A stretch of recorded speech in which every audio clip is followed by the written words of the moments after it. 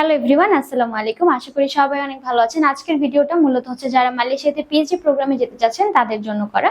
আপনাদের মধ্যে যারা মালয়েশিয়াতে পিএইচডি করতে যেতে ইন্টারেস্টেড আছেন বা ভাবছেন মালয়েশিয়াতে পিএইচডি করতে যাবেন, তাদের জন্য কিন্তু সবার প্রথমেই হচ্ছে গিয়ে যে কোন ইউনিভার্সিটিতে যাবেন, সুপারভাইজার খোঁজা, তারপর আপনার ভিসা প্রসেস এবং হচ্ছে গিয়ে আপনি কি বিষয়ে রিসার্চ করতে যাচ্ছেন এগুলো সম্পর্কে একটা প্রপার ধারণা থাকা লাগে। সঠিক গাইডলাইন না থাকলে আসলে কিন্তু পিএইচডি করতে যাওয়াটা অনেক বেশি হ্যাসেল হয়ে যায়।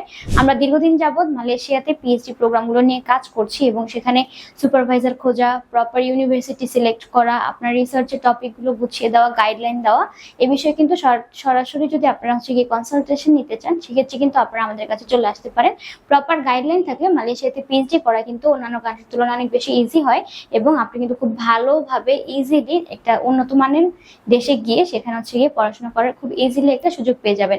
উচ্চশিক্ষার জন্য পিএইচডি প্রোগ্রামে যারা যেতে চাচ্ছিলেন মালয়েশিয়াতে, তারা এই বিষয়ে যদি আরো বিস্তারিত জানতে চান তাহলে আমাদের স্ক্রিনে দেওয়া নাম্বারগুলোতে কন্ট্যাক্ট করবেন অথবা সরাসরি আমাদের অফিসে যোগাযোগ করতে পারেন। আমাদের অফিসের অ্যাড্রেস 152/10 পান্থপথ সিগন্যাল, ঢাকা 1205।